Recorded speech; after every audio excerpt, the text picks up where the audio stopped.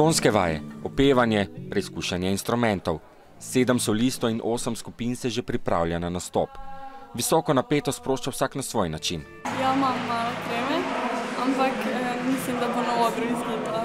Smejimo se, si kakšne vice govorimo, pa se zabavamo, pa se na koncu primemo za roke in pa se umirimo. In sedaj pa na oder vabim osnovno šolo Gorišnica.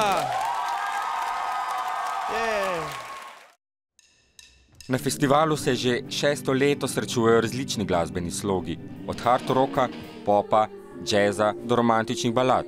Nekateri prisegajo na znane avtorje, drugi besedilo pesmi in glasbe napišejo sami.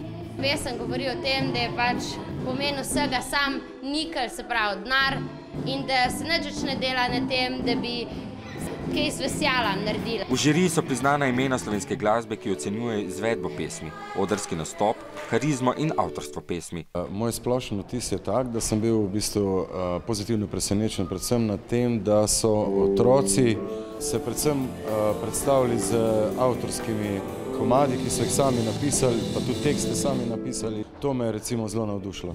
Navdušeni pa so bili tudi gledalci.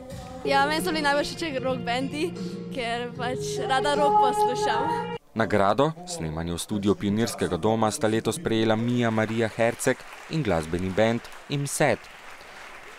Ostalim pa bo ostal festival Pionirskega doma v lepem spominu.